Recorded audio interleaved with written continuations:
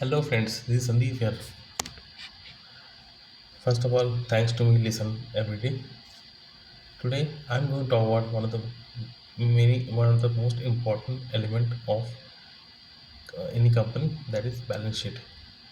For any company, there are three kind of statements are there which are very much important. First one is cash flow statement, second one is profit and loss statement, and third one is balance sheet. Today I'm going to talk about balance sheet. What actually is balance sheet is? Balance sheet is a statement through which we can ascertain company's assets and liability at any given point in time.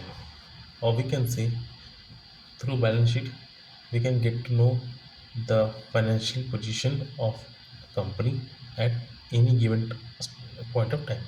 It is actually describe the health of a company.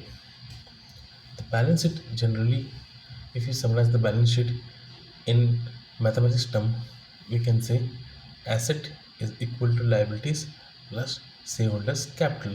That actually summarize balance sheet is. When we elaborate balance sheet is actually divided into two parts. First one asset part, second one is liabilities part. In asset part, it is actually divided into two different parts as well: current assets and non-current asset. First is current asset. Current asset is an asset which can be converted into cash or liquid cash in within a year. In actually current assets, we can find cash, short-term inventories, short-term receivables, trade receivables, short-term loans given are there in the current assets.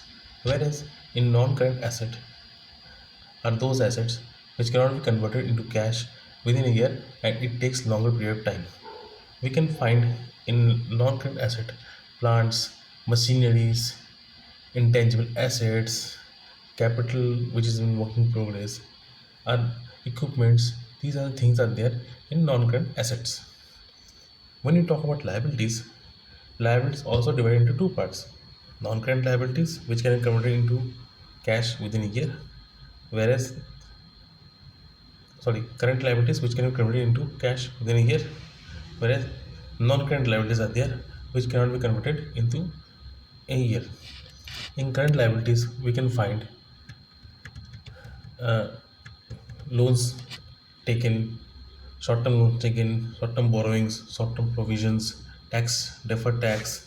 These are comes under current liabilities. Whereas in non-current liabilities, long-term provisions, long-term borrowings, or other financial liabilities are there in non-current liabilities.